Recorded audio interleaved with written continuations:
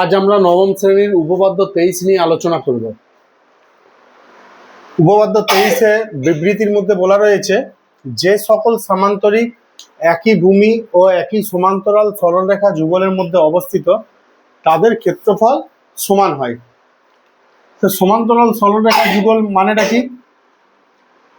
দেখো, এইরকম দুটো সমান্তরাল সরলরেখা থাকবে, একই ভূমি ও একই সমান্তরাল সরলরেখা যুগলের কথা বলা হয়েছে। একই ভূমি মিন্স ভূমিটা একটাই থাকবে।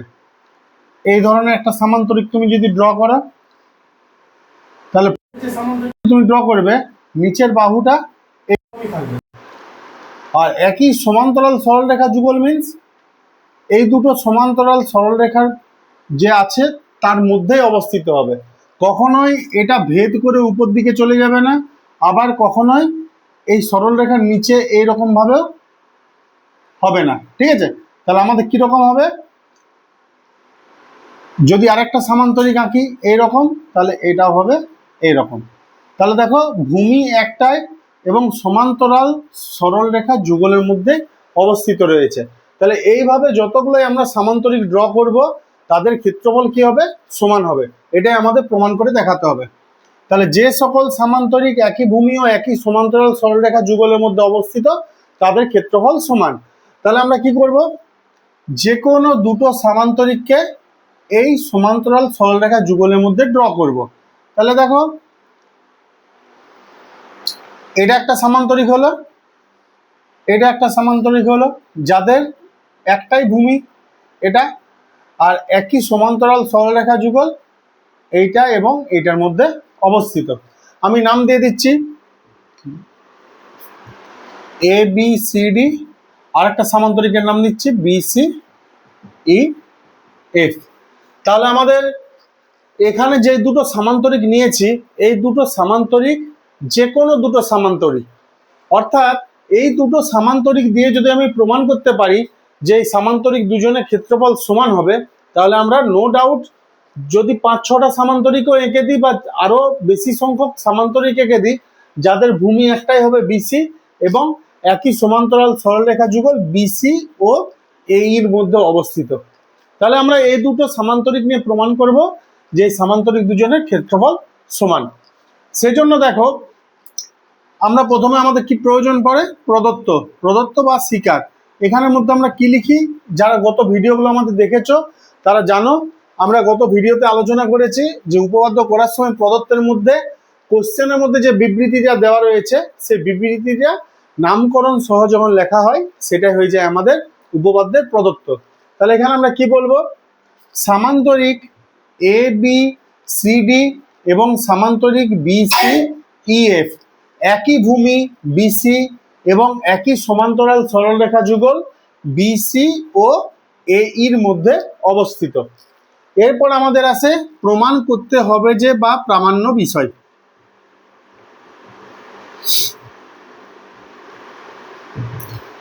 এখানে আমরা কি প্রমাণ করব? এই সামান্তরিক দুটো ক্ষেত্রফল সমান, অর্থাৎ সামান্তরিক এ বি সি ডি সমান সামান্তরিক বিসি ই এফ, এটা আমাদের প্রমাণ করে দেখাতে হবে। এরপর কিছু কিছু উপপাদ্যের ক্ষেত্রে আমাদের অঙ্কনের দরকার পড়ে, কিছু কিছু উপপাদ্যের ক্ষেত্রে অঙ্কনের প্রয়োজন পড়ে না, অর্থাৎ এটা ম্যান্ডেটরি নয়।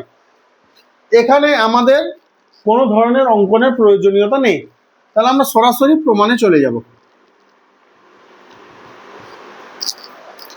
যখনই তোমাদের উপপাদ্যের মাঝে দুটো বাহুর দৈর্ঘ্য সমান, অথবা তোমাদের বলে দিল দুটো কোণের মান সমান, অথবা বলে দিল দুটো ত্রিভুজের ক্ষেত্রফল সমান, বা এখানে যেমন বলেছে দুটো সামান্তরিকের ক্ষেত্রফল সমান, এই জাতীয় যখন কিছু থাকবে তখন আমরা দুটো ত্রিভুজকে সবসময় সর্বসম দেখানোর চেষ্টা করব।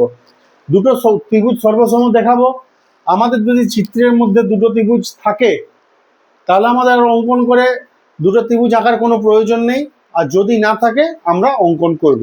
তো দেখো, আমাদের এখানে দুটো ত্রিভুজ আছে, এ বি এফ একটা ত্রিভুজ আর সিই ডি একটা ত্রিভুজ, দুটো ত্রিভুজ রেডি আছে।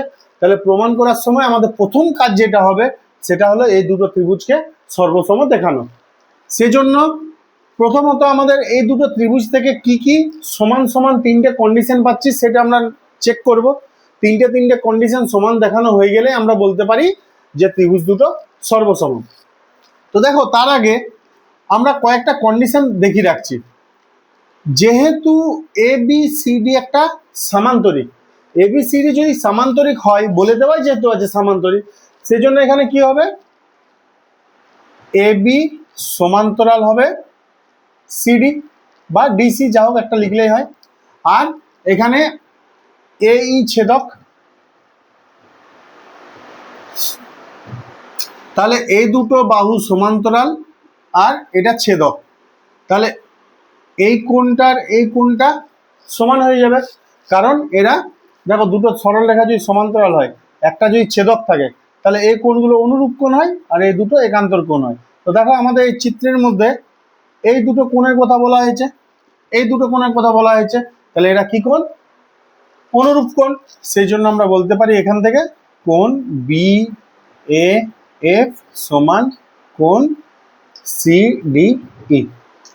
আবার এই সামান্তরিকের ক্ষেত্রে কি পাচ্ছি, বি এফ সমান্তরাল সিই, আর এখানে এই ছেদক, তাহলে এখানেও ঠিক সেম কন্ডিশন পাবো, এই কোণটার সাথে এই কোণটা সমান, অর্থাৎ কোণ সিই ডি সমান কোণ বি এফ এ। তাহলে এই দুটো ত্রিভুজের দুটো কন্ডিশন সমান আমরা আগেই বার করে রেখে নিলাম।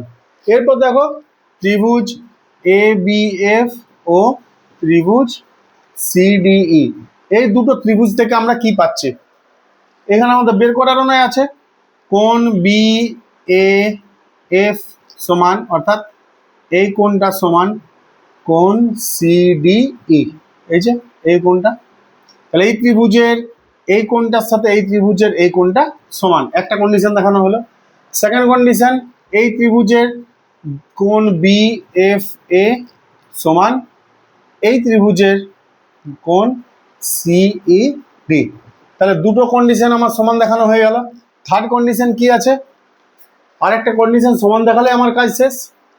যেহেতু এ বি সি ডি একটা সামান্তরিক, তাহলে এ বির সাথে ডিসি যেমন সমান্তরাল হয়, সেই রকম একই রকম ভাবে এরা দুজন নিজেদের মধ্যে সমান হয়।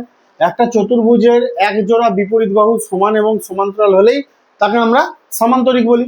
তাহলে এই ক্ষেত্রে আমরা বলতেই পারি এ বি সমান ডিসি। তাহলে দেখো তিনটে কন্ডিশন আমাদের সমান দেখানো হয়ে গেল। অতএব আমি বলতেই পারি এখানে ত্রিভুজ এ বি এফ সর্বসম ত্রিভুজ সিডি ই। সর্বসম যেহেতু হয়ে গেল, সর্বসম হলে আমরা চোখ বন্ধ করে বলতে পারি যে ত্রিভুজ দুটো ক্ষেত্রফল সমান, এ বি এফ সমান ত্রিভুজ সিডি ই। তাহলে দুটো ত্রিভুজের আমরা ক্ষেত্রফল সমান পেয়ে গেলাম। এরপর দেখো এই যে চতুর্ভুজ এ বি সিই, এখান থেকে যদি আমরা এই ত্রিভুজটাকে বিয়োগ করি, ত্রিভুজ সিই ডি, সেটার সাথে সমান হয়ে যাবে চতুর্ভুজ এ বি সিই থেকে যদি আমরা এই ত্রিভুজটাকে মাইনাস করে দিই, ত্রিভুজ এ বি এফ। কেন সমান হবে, দেখো আমরা এই দুটো ত্রিভুজের ক্ষেত্রফল সমান পেয়ে গেছি, আর এই চতুর্ভুজ তো একটাই চতুর্ভুজ এ বি ই এ। এই যে এই বাউন্ডারিটা যেটা দিলাম আমি, এ থেকে বি, বি থেকে সি, সি থেকে ই, ই থেকে এ, এই যে পুরো বাউন্ডারিটা, এটা তো একটাই বাউন্ডারি, অর্থাৎ একটাই চতুর্ভুজ এ বি সি। এই চতুর্ভুজটার থেকে সমান ক্ষেত্রফল বিশিষ্ট একটা ত্রিভুজ যখন একবার মাইনাস করছি, যার অবশিষ্টাংশ থাকবে গোটা ছবিটার থেকে, যেহেতু এই ত্রিভুজ দুটো ক্ষেত্রফল সমান, এই ত্রিভুজটা মাইনাস করলে তো সেম ক্ষেত্রফল পাবো। এরপর দেখো এই চতুর্ভুজ থেকে যদি আমি এই ত্রিভুজটাকে মাইনাস করি, তাহলে কি পড়ে থাকছে, এই ছবিটা পড়ে থাকছে, অর্থাৎ সামান্তরিক A B C F, সামান্তরিক A B C F. আবার চতুর্ভুজ এ বি সিই, এখান থেকে যদি ত্রিভুজ এ বি এফ, এই ত্রিভুজটাকে যদি মাইনাস করি, তাহলে এই সামান্তরিকটা পড়ে থাকছে, সামান্তরিক বি সি ই এফ। তাহলে আমরা যখন প্রথমে এই ত্রিভুজটা মাইনাস করেছি, তখন আমাদের সামান্তরিক পেয়েছিলাম এ বি সি ডি। ও এখানে লিখতে মিস্টেক হয়ে গেছে, এ বি সি ডি, এই যে এ বি সি ডি এই সামান্তরিকটা আমরা পেয়েছিলাম। আর যখন চতুর্ভুজ এ বি সি থেকে ত্রিভুজ এ বি এফ মাইনাস করেছি, এ বি এফ এই ত্রিভুজটা মাইনাস করেছি, তখন আমাদের এই সামান্তরিকটা পড়ে থাকছে। তাহলে আমাদের যেটা কোশ্চেনে বলা ছিল এই সামান্তরিক দুটো ক্ষেত্রফল সমান, সেটা আমাদের প্রমাণ করা হয়ে গেছে। যদি এই উপপাদ্য সংক্রান্ত কারো কোনো প্রবলেম থাকে অবশ্যই কমেন্ট বক্সে জানাবে। ধন্যবাদ।